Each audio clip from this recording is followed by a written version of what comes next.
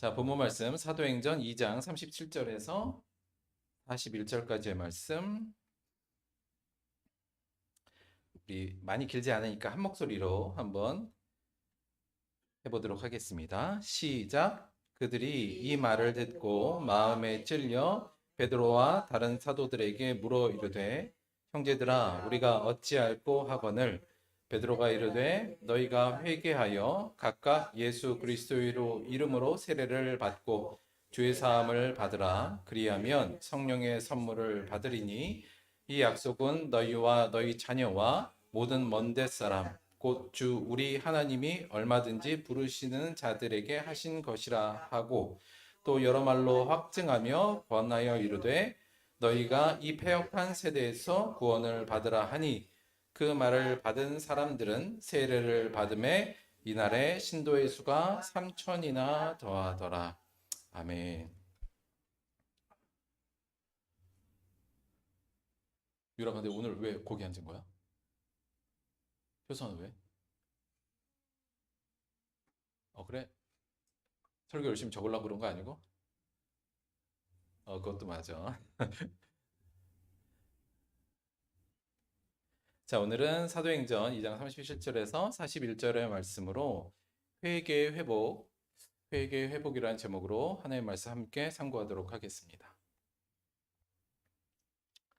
20년 정도 전에 제가 미국 학교에 갔는데, 미국에 가자마자 바로 며칠 후에 이제 수업을 바로 개강이 시작했어요. 그래서 학교 수업을 들어갔는데, 마침 이제 시작할 때 이제 오리엔테이션 이런 수업을 했어요. 그래서 교수님이 앞에 나와 있고 학교의 뭐 규정이나 규율 뭐 이런 걸 설명하는 그런 시간이었어요. 그래서 뭐 막 얘기를 하는데, 물론 이제 막 이제 미국에 도착했었고 뭐 알아듣는 말도 있고 못 알아듣는 말도 있고 그랬겠죠.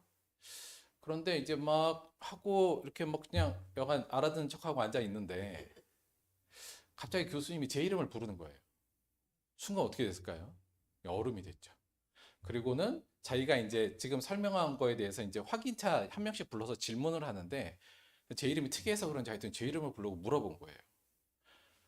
모든 그 신입생들이 이제 일단, 근데 제가 대답을 일단 못했어요. 근데 이제 그러니까 사람들이 다 시선이 갑자기 저한테 집중이 됐겠죠. 근데 그 질문을 제가 못 알아들었어요. 뭘 질문할지 모르는 거예요. 그래서 어떻게 해요? 그래서 못 알아들었는데 그랬어요. 그랬더니 그냥 그 전체 수업장이 이제 웃음바다가 된 거예요. 다 이제 깔깔깔깔 웃고. 제가 그때 30대 초반이었는데 그 애들은 다 20대 이제 막 된 애들이었거든요. 애들 앞에서 소위 말하면 이제 개망신을 당하고, 그때의 심정은 어땠을까요? 나가고 싶었어요. 교실을 나가고 싶었어요. 그 다음에 하여튼 뭐 교수가 그 다음에 뭐라고 뭐를 했는데 여간 그냥 흐지부지 지나갔고, 아직도 그때를 생각하면 가슴이 막 떨립니다. 그 한번 그렇게 되니까 그다음부터 어떻게 되냐면, 이게 수업을 들어가기가 싫어요. 그렇죠? 또 질문하면 어떡하나? 못 알아들으면 어떡하나? 이게 되잖아요. 그래서 이게 사람 만나는 것도 피하고 싶고, 또 이제 뭐 수업 중에서도 이렇게 큰 수업, 공개 강의만 하는 그런 수업 위주로 어떻게 들어볼까 하고, 왜냐면 자꾸 물어보면 안 되니까. 그러니까 자꾸 사람들도 만나기 싫고 수업도 들어가기 싫고 굉장히 힘든 거예요. 근데 그럴 수밖에 없는 게, 그걸 한번 당하고 나니까 자꾸 그 자리를 피하고 싶더라고요. 그런 자리를. 조금 지난 후에 어느 여자 스텝이 행정적인 문제로 저를 불렀는데, 어, 뭘 물어봤어요, 또. 근데 그 질문은 제대로 알아들었어요. 사실 알아듣는 게 그렇게 못하진 않았는데, 여간 그 질문 알아들었어요. 문제는 뭐냐면, 말을 못하겠네?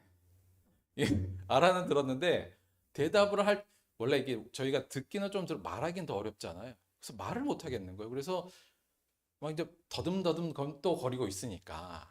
근데 그 여자 스텝이 뭐라 그러냐면, 되게 부드럽고 상냥하게 뭐라 그랬냐면, 나도 지금 스페인어를 제2외국어로 배우고 있는데 듣는 건 좀 듣는데 말은 정말 못하겠더라.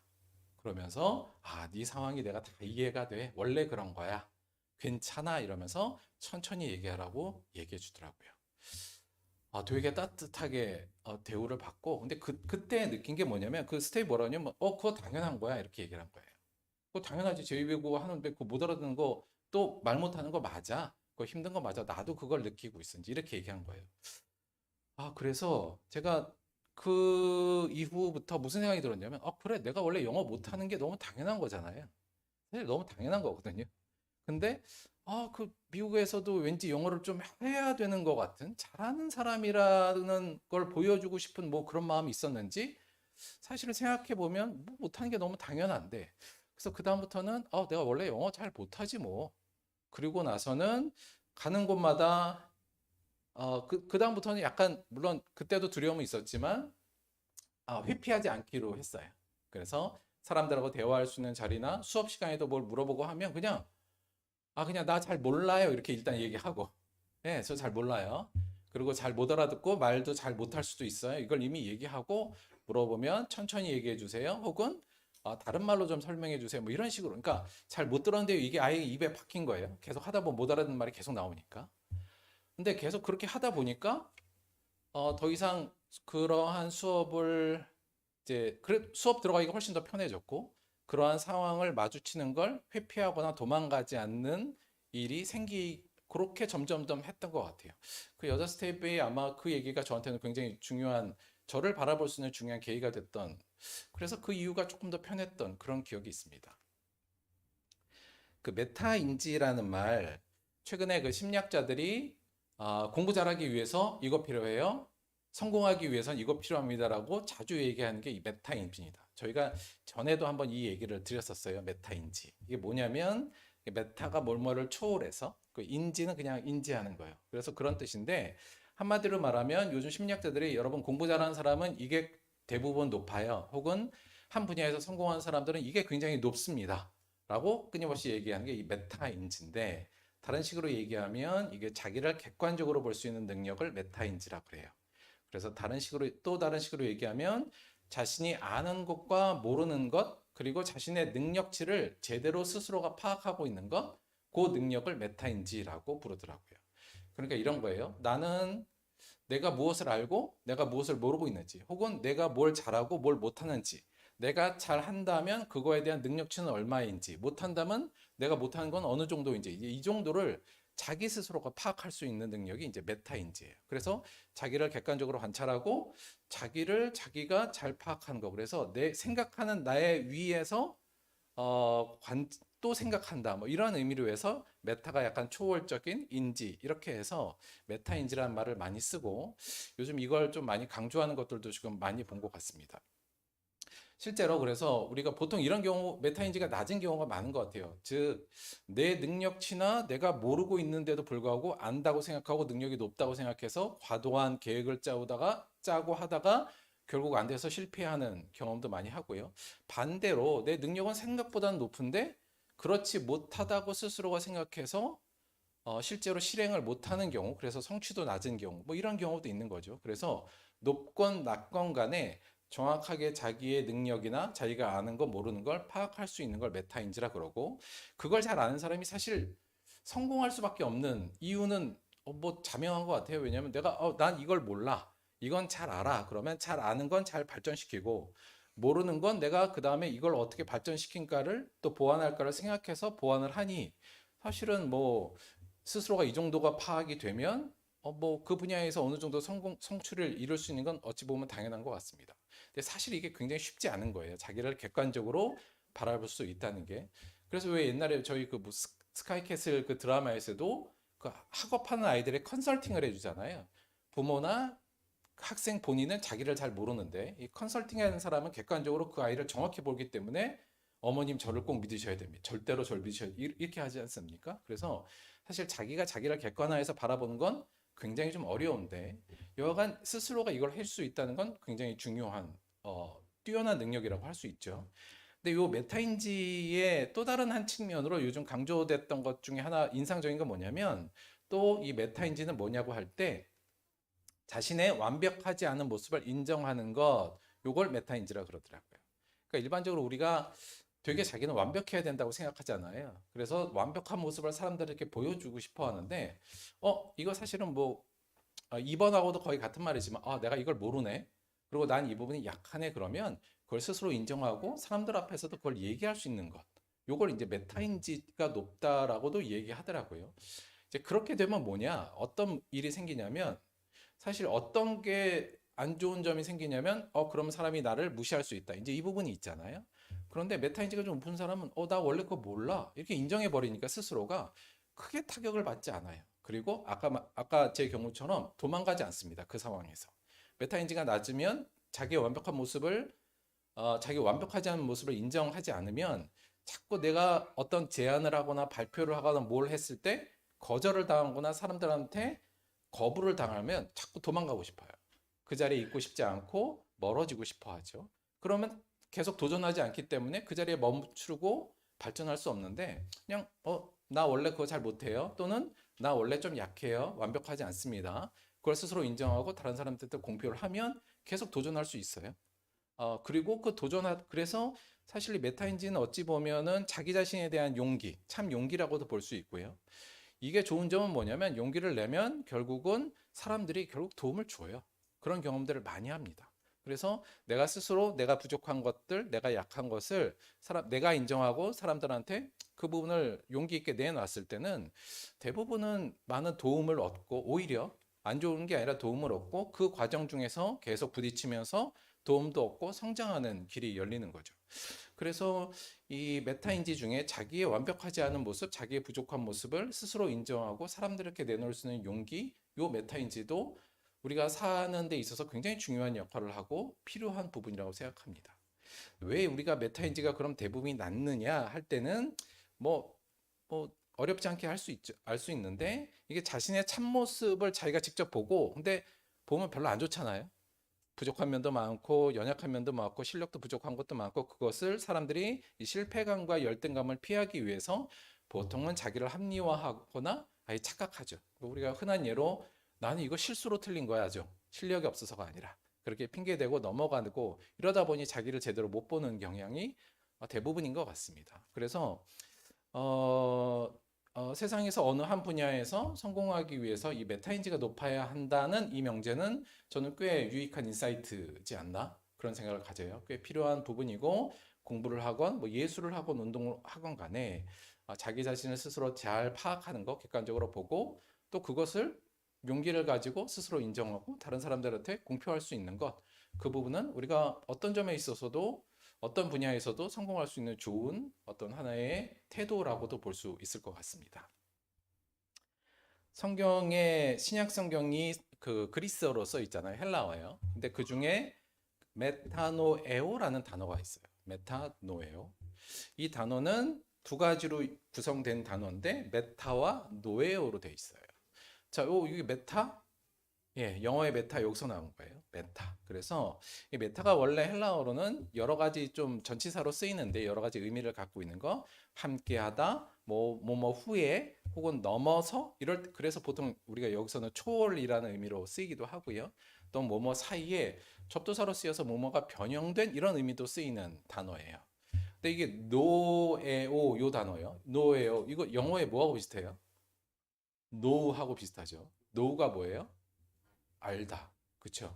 그래서 이 노에어라는 헬라어는 뭐냐면 원래 이 마음이라는 어근에서 나온 건데 그래서 알다, 깨닫다, 인지하다 이런 뜻이에요. 보통 요에서 영어가 보통 많이 나왔기 때문에 비슷한 게 많죠. 그러니까 성경에 나와 있는 메타노에오 요 단어는 사실 이게 메타인지예요. 그렇죠? 이게 메타인지인데 우리가 성경에서 메타인지라는 말 못 들어봤는데요? 못 들어봤죠. 성경에서는 메타노에오를 무엇으로 번역했냐면 회개하다로 번역했어요.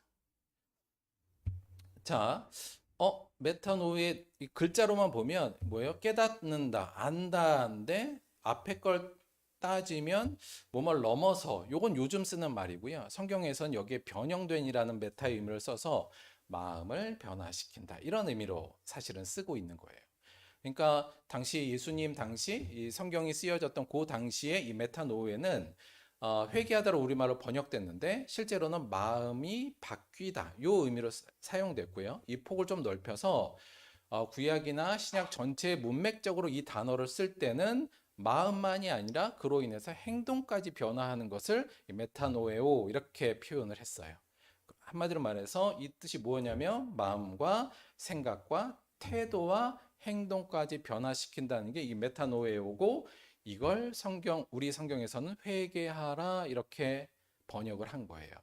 자, 그러면 의미는 좀 다르죠. 여기서는 지금 자기를 객관화하는 걸로 봤는데, 여기 회개하다는 이걸 바꾸는 거니까 약간 의미가 달라 보이는 건 맞는데, 원래 언어라는 게 사회적 언어라 사회에서 어떻게 써있냐가 더 중요하거든요. 그래서 이 회개하다를 우리가 이렇게 이해하는 게 맞는데, 사실 잘 생각해 보면 마음과 생각과 태도와 내가 행동을 변화시키려면 뭐가 선행되어야 되냐면, 아이고, 요거부터 그 성경에서 우리가 회개하라고 할 때 가장 많이 나오는 거 예수님께서 하셨던 첫 마디요. 회개하라 천국에 가까웠느니라. 그리고 회개에 합당한 열매 맺으라는 세례 요한의 얘기, 요 부분의 예를 말씀을 드린 거고요. 자, 그러면 우리가 마음과 생각과 행동과 태도를 변화시키려면 사실 뭐가 선행되어야 되냐면, 현재 나의 마음과 생각과 태도와 행동을 반성해야 되잖아요. 그게 뭔가 잘못됐다는 걸 알아야 변화시키죠. 그래서 이게 선행되고요. 이게 선행되려면 뭐가 필요하냐면 현재 나의 상태를 객관적으로 관찰하고 평가하는 게 또 선행돼야 돼요. 그렇죠. 그래서 실제로 이 회개하라라는 말은 결국은 메타인지와 거의 같은 의미라고 볼 수 있습니다. 나를 잘 관찰하고 객관적으로, 그래서 내가 잘하고 있는지 못하고 있는지 이걸 관찰하는 거예요. 그리고 내가 못하고 있는 것, 하나에 만해서 죄를 짓고 있는 것에 대해서는 내가 반성을 하고, 더 나아가서 그 반성으로 끝나는 것이 아니라 태도와 행동까지 변화시키는 것을 회개하다, 이렇게 성경에서는 이야기하는 거죠. 예수님께서 그래서 첫 복음의 선포가 뭐였어요? 회개하라 천국에 가까웠느니라죠. 이 얘기를 우리가 그래서 이 말로 아주 길게 우리가 하자면, 네 상태를 객관적으로 잘 살펴봐. 그리고 네가 얼마나 지금 죄 가운데 인지를 보고 반성해. 그리고 그거에 있어서 벗어나 의로운 곳으로 들어와. 이 얘기가 회개하라가 되는 거죠. 그래서 사실은 회개하기 위해서는 메타인지가 굉장히 우리한테는 필요할 수밖에 없고, 따라서 우리에게 회개하라는 이 명령은 쉽지 않을 거라는 것도 우리가 추정할 수 있습니다. 왜냐하면 우리가 메타인지를 갖는 게 굉장히 어렵다는 말씀을 좀 드렸잖아요. 마찬가지로 회개도 그만큼 어려울 수 있다는 것도 감지할 수 있죠. 그러나 그럼에도 불구하고 회개하다는 건, 우리 신앙생활에서 회개하는 건 너무 중요해요. 마치 우리가 한 분야에서 성공하려면 메타인지가 있어야 되는 것만큼, 우리가 신앙생활에서 성공하려면 똑같은 어떤 관점에서 회개하는 게 꼭 필요합니다. 회개하지 않고 성공하기가 신앙적으로 굉장히 어렵다고도 볼 수 있어요. 오늘은 이 회개한다는 거에 대해서 조금 더 저희가 구체적으로 생각해 보려고 하거든요. 굉장히 중요하니까 몇 가지 부분에서 회개에 대해서 간단하게 좀 정리를 좀 해보려고 합니다. 자, 오늘 말씀은 예수님께서 십자가에 달리시고 죽으시고 부활하신 다음에 승천하시기 전에, 그 다음에 제자들에게 약속을 하나 하셨어요. 예언을 하셨죠. 너희들 여기 떠나지 말고 예루살렘에서 기도하면서 기다려. 그러면 내가 성령을 선물로 줄게. 이렇게 약속을 하셨죠. 그 약속을 받은 제자들이 기다리다가 결국은 오순절 날에 성령의 충만함을 받습니다. 그리고 그들에게 쏟아져 나온 게 방언이었어요.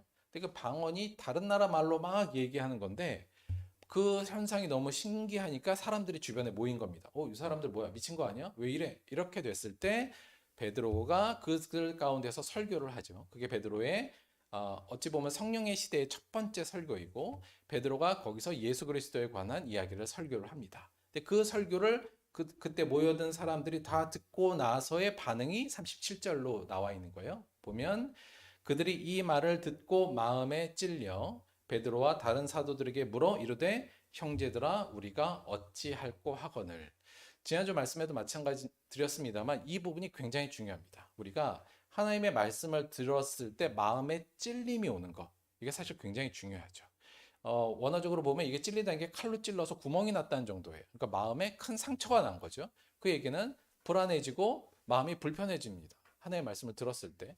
그랬을 때 보통 우리가 많은 경우 어떻게 해요? 도망가거나 그 불안에서부터 떠나기 위해서 그 자리를 뜨는데, 그렇지 않은 거예요. 지금 여기에 있던 몇몇 사람들은 마음에 찔려서 그 다음에 베드로에게 묻습니다. 그럼 우리 이제 어떻게 해야 되느냐?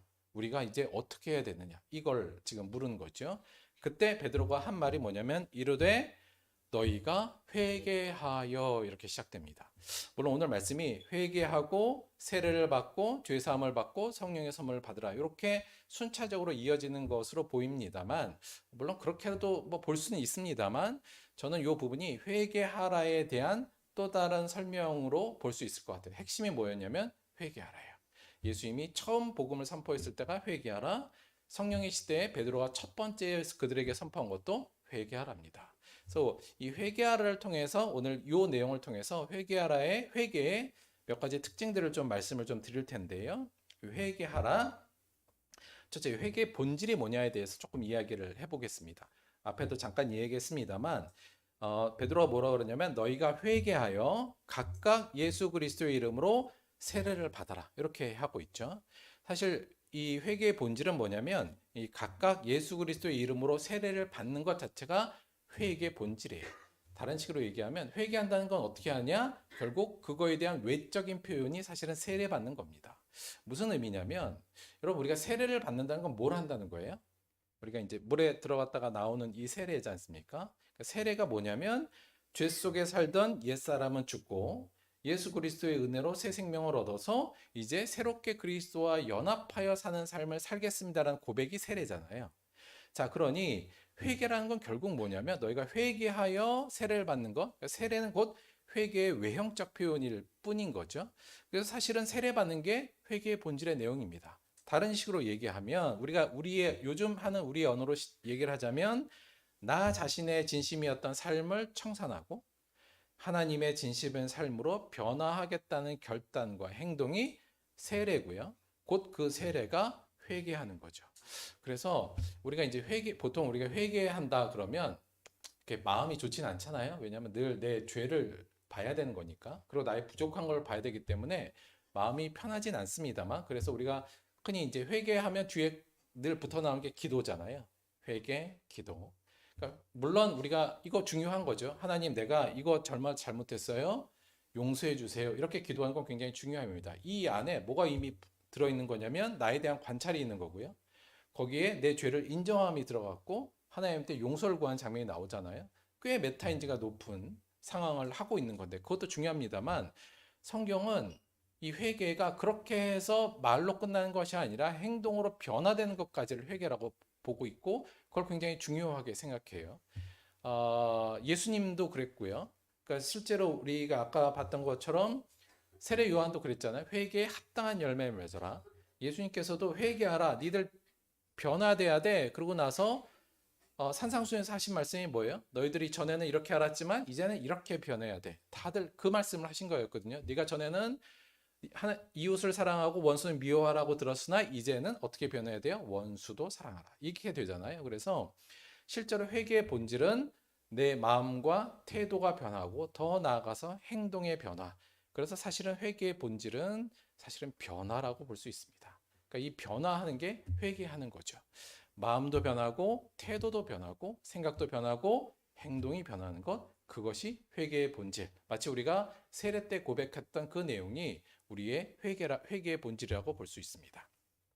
회개의 본질은 이거고요. 두 번째, 베드로가 회개하라 이렇게 얘기했을 때 이제 회개 결과에 대한 부분이에요.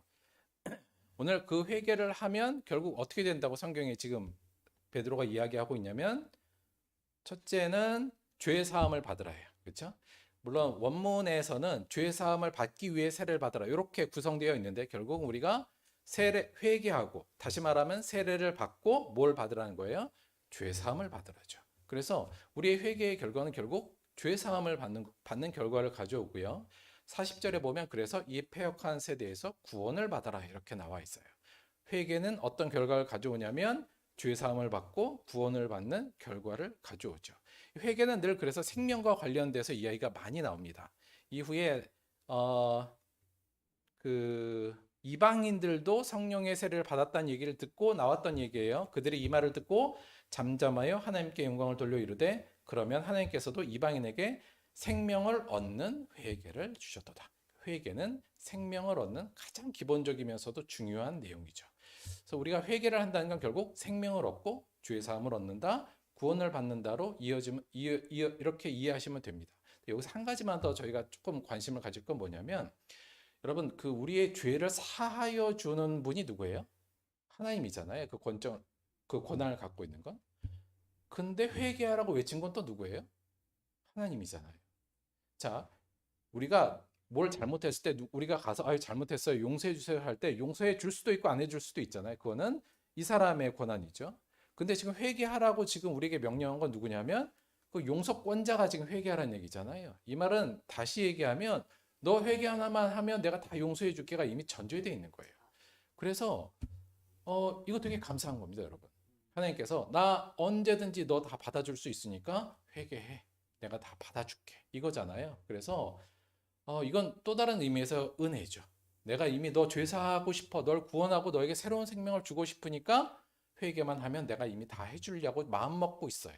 그래서 우리가 하나님 앞에 나아갈 때는 물론 회개할 때 그 마음이 좀 우울하고 좀 슬프고 어렵지만 그 은혜로 생각해서 회개하면 회개의 길이 조금 더 쉽게 열릴 수도 있다. 이 부분도 꼭 한번 기억하셨으면 좋겠습니다. 회개는 어떤 결과를 가져오냐? 우리에게 죄사함과 구원, 생명을 얻는 결과를 가져온다고요. 두 번째 오늘 본문에서 이야기하고 있는 회개의 결과가 뭐냐면 성령의 선물을 받는다 이렇게 되어 있어요. 자, 너희가 그렇게 되면 그리하면 너희가 성령의 선물을 받으리니 이렇게 되어 있잖아요. 자, 근데 여기서 성령의 선물은 성령의 은사를 받는다는 의미가 아니고요. 여기는 성령의가 곧 선물 동격의 소유격이에요. 그러니까 그러면 너희가 성령을 받는다는 거예요. 우리가 회개할 때 성령님을 받게 됩니다. 그러니까 우리의 삶을 돌이켜서 하나님의 보시는 아름다운 쪽으로 가는 것, 그렇게 내 마음과 생각과 태도를 변화시킬 때 하나님께서는 우리에게 성령을 선물로 주시겠다고 약속하셨어요. 그래서 회개는 어떤 결과를 가져오냐? 우리에게 성령의 선물을 가져오는 결과를 가져온다. 이거 굉장히 중요한 겁니다, 여러분. 우리가 성령 없이, 성령님과 함께 없이 이 땅에 신앙인으로 살 수 없기 때문에 이걸 준다는 건 거의 하나님과 동행하는 의미이지 않습니까? 따라서 우리가 회개는 이러한 좋은 결과를 갖고 오고요. 아울러서 성령의 선물을 받는 것뿐만 아니라 성령과 성령과 함께 동행할 수 있는 요건도 사실은 회개에 있다고 볼 수 있어요. 우리가 갈라디아서 5장 16절에서 17절 보면 내가 이르노니 너희는 성령을 따라 행하라 그리하면 육체의 욕심을 이루지 아니하는다. 이거 사도 바울이 얘기한 건데 다시 말하면 성령은 우리의 육체의 소욕과 반대된 대로 움직이는 거잖아요. 따라서 성령이 우리 안에서 늘 뭘 하게 할 것 같아요? 늘 회개하게 하죠. 왜냐하면 우리는 육체의 소욕을 따라가려고 하니 성령은 우리 안에서 뭘 하려고 하겠어요? 회개케 하겠죠. 그래서 우리가 회개할 때 성령이가 늘 교통할 수 있는 순간들이 그때 나타나기 때문에 우리가 회개하는 것은 성령을 받을 뿐만 아니라 성령과 동행하는 데서도 필수적인 요소다. 이렇게 볼 수 있고요. 또 하나 회개가 하면 어떤 결과가 오느냐? 오늘 본문 말씀 이후인데요. 여러분 우리가 이런 것 그냥 아주 간단하게 생각하죠. 내가 정말 잘못했어요. 우리가 사람 사이에도 그래요. 내가 당신한테 뭘 했는데 그거 내가 되게 잘못한 것 같아요. 용서해 주세요. 이렇게 되면 기본적으로 상대방으로부터 뭐가 오게 돼 있어요? 용서가 옵니다. 진정한 참회는 사실 용서를 불러오게 되거든요. 그래서 기본적으로 회개는 어떠한 결과를 우리에게 초래하냐면 용서와 그 용서를 통한 평화, 그리고 그것이 중심이 되는 하나님의 나라가 만들어지는 역사가 이루어집니다. 베드로가 회개해라 이렇게 얘기하고 그 말을 들은 사람들이 만들어낸 초대교회의 모습에 대해서 바로 그 다음에 이렇게 얘기하죠. 믿는 사람들이 다 함께 있어 모든 물건을 서로 통용하고 또 재산과 소유를 팔아 각 사람의 필요를 따라 나눠주며 날마다 마음을 같이하여 성전에서 모이기를 힘쓰고 집에서 떡을 떼며 기쁨과 순전한 마음으로 음식을 먹고 하나님을 찬미하며 또 온 백성에게 칭송을 받으니 주께서 구원받는 사람을 날마다 더하게 하시니라. 초대교회는 서로가 서로에게 용서하고 이해관계가 다르고 많은 사람들이라도 하나 되어서 하나님을 찬양하는 아름다운 하나님의 나라를 만들어요. 그게 바로 회개가 만들어낸 역사라고 볼 수 있습니다. 따라서 회개의 결과는 우리가 회개를 할 때 죄사함과 생명을 얻고 성령을 선물로 받으며 그 성령과 함께 아름다운 하나님의 나라를 건설하는 결과가 이루어지죠. 이걸 한마디로 표현하면 우리가 주기도문에 하는 거 있잖아요. 하나님의 뜻이 이 땅에 이루어지는 결과를 만들어낸다고 볼 수 있습니다. 매우 중요한 거죠. 그래서 어찌 보면 우리 신앙의 핵심이라고도 볼 수 있습니다. 이걸 얼마나 하나님께서 기뻐하시는지에 대해서 예수님께서 이렇게 말씀하셨죠. 내가 너에게 이르노니 이와 같이 죄인 한 사람이 회개하면 하늘에서는 회개할 것이 없는 의인 99으로 말미암아 기뻐하는 것보다 더 하리라. 하나님께서 우리가 얼마나 회개하는 것을 기뻐하시고 돌아오는 것을 기뻐하신지가 잘 나타나 있는 부분입니다. 따라서 회개는 결국은 신앙생활에 또는 하나님의 뜻을 이루는 게 우리의 신앙의 가장 궁극적인 목표지 않습니까? 따라서 회개는 나뿐만 아니라 하나님을 위해서도 우리에게 굉장히 중요하며 우리가 꼭 해야 되는 부분이고 생활화해야 되고 늘 숙고해야 되는 문제인 건 명확한 것 같습니다. 자, 그러면 마지막으로 이거 좀 살펴보려고 그래요. 회개를 대체 어떻게 하는 거야? 이 부분이에요. 어떻게 하는 건가? 회개하라의 회개의 방법에 대한 문제입니다. 물론 여러 가지 얘기를 드릴 수 있는데 오늘은 41절의 말씀을 조금 더 깊이 한번 보려고 해요. 뭐냐면 41절에 뭐라 그랬냐면 그 말을 받은 사람들은 세례를 받음에 이렇게 돼 있잖아요. 자, 여기에 하나 약간 생략된 부분이 있어요. 뭐냐면 그 말을 들은 여러 사람들 중에서 지금 베드로의 설교와 회개하라는 이 말이요. 그 말을 들은 여러 사람 중에서 그 말씀을 받은 사람들은 이렇게 구별되는 거예요. 받은 사람들은 세례를 받음에 이 부분이 여기 함축되어 있는 거죠. 따라서 이 말씀을 듣고 듣기만 하고 그냥 지나간 사람도 있고요. 이 말씀을 받은 사람은 결국 행동으로 지금 행동으로까지 옮기고 있지 않습니까? 우리가 회개하는 방법, 평소에 어떻게 회개할까? 시간 내서 회개 기도해야지. 물론 좋은 방법입니다. 우리가 기도할 때 그래서 늘 자기를 성찰하는 기도는 꼭 해야 된다 이렇게 보는데요. 그것도 좋지만 저는 우리가 이렇게 회개하는 방식을 좀 더 가졌으면 좋겠어요. 조금 더 설명을 해볼게요. 여러분, 성경 공부는 뭐냐면 우리가 성경 공부를 한다고 할 때는 우리의 성경이 대략 한 2000년 전에, 물론 훨씬 더 이전에 쓰인 것도 있지만 대략 한 2000년 전에 쓰여진 거지 않습니까? 그 2000년 전에 쓰여진 이 말씀의 텍스트를 성경 공부는 이 성경이 본문이 말하고자 하는 것을 이해하는 것, 이걸 성경 공부라고 그래요. 그러니까 정확하게 이 본문이 어떤 이야기를 하고 있는지를 다양한 언어적인 또는 그렇죠? 당시의 주변 상황이나 여러 가지를 통해 파악해서 그 내용이 왜냐하면 이게 문자로 되어 있으니 사실은 생략된 부분이 많잖아요. 뉘앙스도 우리가 정확히 모르고 단어도 정확히 모르고 또 그 당시의 배경도 잘 모르기 때문에 여간 그런 것들을 종합해서 이 말씀이 본래 얘기하고자 한 게 뭔가를 파악하는 거, 그게 성경 공부예요. 그러면 설교는 뭐냐? 설교는 그 본문의 내용을 통해서 성령님이 오늘 나에게 던지는 질문을 하는 게 사실은 설교예요. 그러니까 설교는 원칙적으로 말하면 질문하는 거예요. 그러니까 이 본문이 이렇게 얘기했는데 여러분은 어떻게 할래요? 이 질문을 던지는 게 궁극적으로는 설교입니다. 그러니까 사실은 성경 공부할 때는 설교를 안 해도 돼요. 성경 공부는 그 내용만 파악하면 되는데 설교는 그 내용을 바탕으로 해서 궁극적으로 여러분에게 질문을 던지는 게 설교예요. 여러분, 제가 어릴 때 성경은 모든 인생의 해답이 다 들어 있습니다. 이런 얘기 많이 들었거든요. 그래서 인생의 해답을 찾기 위해서 성경을 봐라 이렇게 이야기를 많이 들었는데 제가 공부하다 보니까 성경은 끊임없이 우리에게 질문을 던지는 책이에요. 그러니까 성경을 여러분 읽기 쉬울까요? 읽기 어려울까요? 읽기 어려워요. 왜냐하면 읽는 곳마다 나한테 질문을 하는데 그 질문이 대부분 다 어려운 것들이에요. 제가 보기엔 다 어려워요. 설교도 사실은 그래서 원래는 원칙적으로 듣기가 되게 어려운 거예요. 왜냐하면 설교는 자꾸 여러분에게 질문을 하는 거거든요. 한마디로 말해서 너 어떻게 할 건데? 너는 어떻게 할래? 이 부분이니까. 설교는 질문을 하는 겁니다. 자, 그러면 신앙생활은 뭐냐면 신앙생활은 그 질문에 성령님이 그 본문을 통해서 한 질문에 진지하게 답하는 게 신앙생활이에요. 자, 이해는 되시죠? 어떤 건지. 자, 그래서 여기서 핵심은 뭐냐면 내가 설교를 들었고 그 질문을 들었는데 그 질문을 듣기만 하고 무시하는 건 거기서 끝나는 거예요. 그래서 내가 교회를 한 30년 다녔어. 성경 공부도 많이 하고 설교도 들었는데 그 질문을 내가 받아들이지 않고 그냥 듣기만 하고 끝났으면 그건 30년을 들어도 그냥 교인이 돼버립니다. 그러니까 교회에 다니는 사람이지 진짜 성도가 되진 않아요.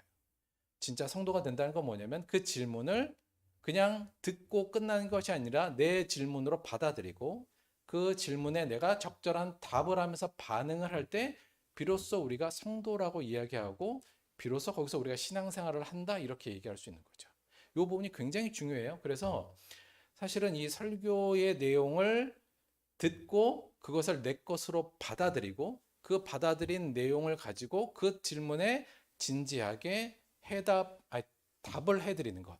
그거에 적당한 반응을 보이는 게 온전한 신앙생활이고 더 나아가서 그게 바로 회개가 됩니다. 그래서 이 과정에 사실 이 부분이 생기거든요. 설교를 듣고 본문 말씀을 통해서 설교를 듣고요. 그러고 나면 그 말씀을 비춰서 나를 성찰하게 되잖아요. 그리고 그 성찰을 통해서 나오는 상태에서 나오는 질문을 듣는 것에서 끝나는 것이 아니라 오늘 이 초대교회 사람들처럼 그 말을 받고 내 것으로 받고 그 다음에 그 말에 반응하는 장면. 이게 일반적으로 우리가 설교를 듣고 우리의 신앙생활을 하는 일종의 패턴인데 이걸 제대로 잘 진행하면 그게 바로 곧 회개, 변화하는 과정이라고 볼 수 있는 겁니다. 그래서 우리가 회개 기도도 따로 하고 하는 거 다 좋은데요. 저는 우리가 하나님의 말씀을 잘 공부하는 거 여러분 되게 중요해요. 목사님이 열심히 공부해서 설교하면 되는 거 아니에요? 그건 맞긴 맞아요. 그런데 저희가 지금 말씀드렸지만 저희는 약간 성경 공부하고 설교를 지금 혼합해서 하고 있어요. 제가 굳이 안 해도 성경 공부 얘기는 안 해도 사실은 돼요. 그런데 저희가 따로 공부할 시간이 없어서 성경 공부하고 설교를 지금 제 설교에는 좀 같이 넣고 있는 부분이 있는데 여간 성경 공부도 필요하고요. 우리가 하나의 말씀을 듣고 오늘 목사님 설교 잘했네, 못했네 요게 아니라 그 말씀을 성령이 오늘 나에게 하는 질문으로 받아들이는 것. 그게 핵심입니다. 그걸 받아들이고 거기에 적절하게 반응하는 것. 그것이 신앙생활이고 또 다른 의미에서 그게 곧 회개하는 거죠. 저는 그 부분으로 우리가 회개를 열심히 한다면 우리의 삶의 신앙적인 발전뿐만 아니라 하나님의 뜻을 이루는 곧 하나님의 나라의 건설도 분명 가까워질 거라고 믿습니다. 사실 그렇고 보면 원래 신앙인들은 메타인지가 굉장히 높아야 돼요. 매일 회개하다 보면 메타인지가 원래 높아져야 되거든요. 왜 우리는 메타인지가 그렇게 안 높나? 회개를 별로 안 해서 그럴 수도 있다는 생각도 같습니다. 우리 모두 회개를 너무 좀 거북한 걸로 생각하지 마시고 나를 위해서 하나님을 위해서 꼭 필요한 거라고 생각하고 회개에 대해서 꼭 깊이 좀 상고하고 따라가는 여러분이 꼭 되었으면 좋겠습니다. 오늘 요거 하나만 더 볼게요. 너무 어두워서 안 보이는데 윤동주 시인이 쓴 참회록이라는 시입니다. 제가 좋아하는 시인이에요. 원문인데 그 참회록 얘기를 조금 읽어볼게요. 참회록 윤동주. 파란 녹이 낀 구리 거울 속에 내 얼굴이 남아있는 것은 어느 왕조의 유물이기에 이다지도 욕될까. 나는 나의 참회의 글을 한 줄에 줄이자. 만 24년 1개월을 무슨 기쁨을 바라 살아왔던가. 내일이나 모레나 그 어느 즐거운 날에 나는 또 한 줄의 참회록을 써야 한다. 그때 그 젊은 나이에 왜 그런 부끄러운 고백을 했던가. 밤이면 밤마다 나의 거울을 손바닥으로 발바닥으로 닦아보자. 그러면 어느 운석 밑으로 홀로 걸어가는 슬픈 사람의 뒷모양이 거울 속에 나타나 온다. 시를 해설하지는 않을 거예요. 저도 그냥 시는 원래 느끼면 되는 거니까. 24살의 윤동주 시인이 쓴 참회록입니다.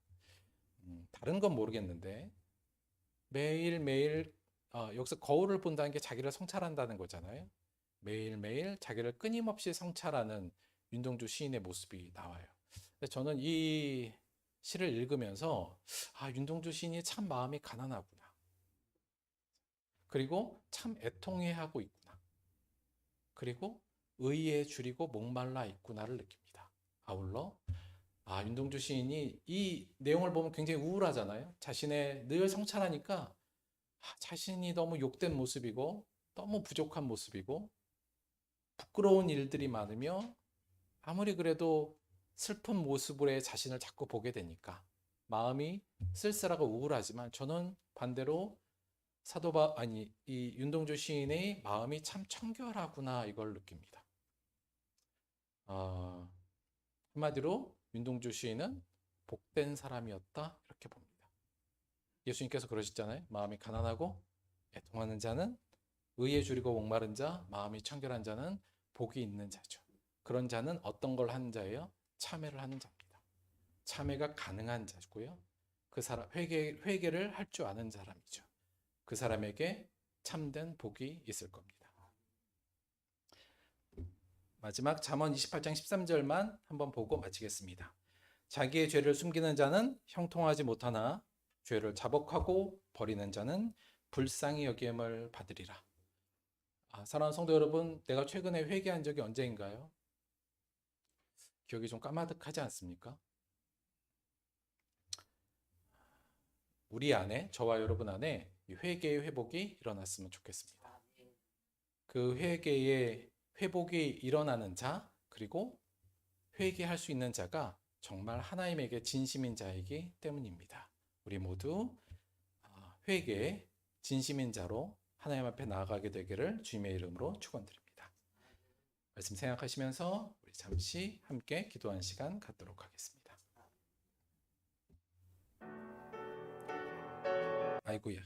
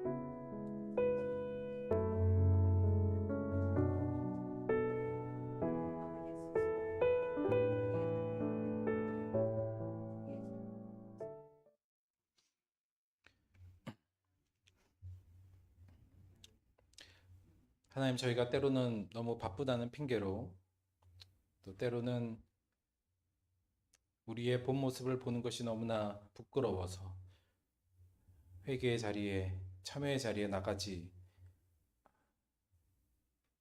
못하고 있음을 우리 스스로가 바라봅니다. 주님, 우리에게 용기를 주셔서 우리의 본 모습을 볼 수 있는 용기를 주시고 우리의 부족한 것을 인정할 수 있는 또한 용기를 주시고 그 가운데 변화의 움직임에 한 걸음을 내딜 수 있는 또한 용기 또한 저희들에게 허락하여 주옵소서. 오늘 주께서 우리에게 회개하라고 말씀하시고 너희는 어떻게 할래? 라고 한 질문에 대해 우리가 무시하거나 흘려듣는 것이 아니라 받아들이고 이에 대해 답하는 우리가 될 수 있도록 도와주옵소서. 예수님의 이름으로 기도드렸습니다. 아멘.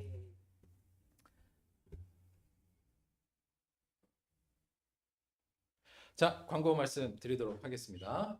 자, 지난주에 말씀드린 것처럼 오늘 사실 이게 비가 좀 와가지고 조금 더 작업이 어려울 것 같긴 합니다만 우리 남성분들은 식사 후에 1시에 이 하우스로 모여주세요. 저희 그 모래마대 만드는 거 그거 좀 같이 할 테니까 해주시고 또 하나 할 거 저희 그 전에 우리가 왜 그 뭐 엑기스 이런 거 담아서 드린 빈병 있잖아요. 혹시 집에 그거 아직도 갖고 계신 분은 다음 주에 좀 갖다 주시면 저희가 병 다시 안 사고 그걸로 해서 또 그런 거 저 드리려고 하거든요. 그래서 혹시 나 딴 데 썼어 하면 상관없고요. 있으신 분은 전에 드렸던 그 빈병 혹시 집에 갖고 계신 분은 다음 주에 가져와 주시기 바랍니다. 저희가 7월 또 셋째 주나 넷째 주 정도에 저희 여름 성경학고가 사실 얼마 안 남았어요. 근데 뭐 거창하게 아니라 작년처럼 우리 뭐 단합도 하고 함께 좀 친해지고 그런 걸로 또 만들 거니까 여러분 좀 기도해 주시고 좋은 아이디어도 있으면 또 혹은 그때 불편했던 거나 이런 거 있으면 빨리 말씀해 주시면 저희 한 달 정도, 한 달 반 정도 이 정도 남았는데 좀 더 참조해서 준비하도록 하겠습니다. 자, 오늘 밥 먹고 가면은 저희 저 빵 준비해 놨는데 사실 빵보다는 요 딸기잼 때문에 준비한 거거든요. 저희 여기 수확한 딸기 갖고 잼 만들었어요. 처음에 만들었을 때 정말 맛있었는데 이게 시간이 지나서 어쩔 줄 모르겠는데 여하간 저희가 재배한 딸기로 만든 잼 드시고 대부분 여기 야채들은 또 저희가 다 재배한 것들이니까 맛있게 식사 그렇게 해주셨으면 좋겠습니다. 헌금을 위해서 기도하고 주기도문 합독함으로 예배 마치도록 하겠습니다.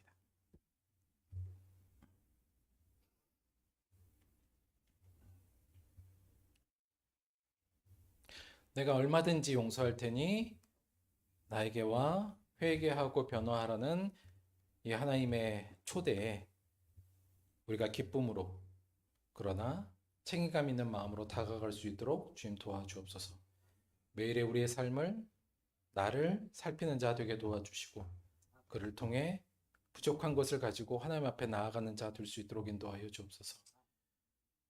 그래서 그 속에서 우리를 변화시키시고 우리를 발전시키시고 성장시키시는 성령님을 경험하는 우리 될 수 있도록 도와주옵소서. 지금도 우리와 함께 하시는 하나님께 너무나도 감사하고 주신 은혜에 감사하여 주 앞에 예물로 나왔습니다. 이 예물 드린 모든 손길들이 하나님의 은혜, 하나님의 용서를 경험하는 회개의 삶을 살도록 인도하여 주옵시고 이 예물이 쓰이는 모든 곳에 하나님의 용서와 은혜가 전달될 수 있도록 도와주옵소서. 예수님의 이름으로 기도드렸습니다. 아멘. 주기도문 합독하겠습니다. 하늘에 계신 우리 아버지여, 이름이 거룩히 여김을 받으시오며 나라가 임하시오며 뜻이 하늘에서 이루어진 것 같이 땅에서도 이루어지이다. 오늘 우리에게 일용할 양식을 주시옵고 우리가 우리에게 죄진 자를 사하여 준 것 같이 우리 죄를 사하여 주시옵고 우리를 시험에 들게 하지 마시옵고 다만 악에서 구하시옵소서. 나라와 권세와 영광이 아버지께 영원히 있사옵나이다. 아멘.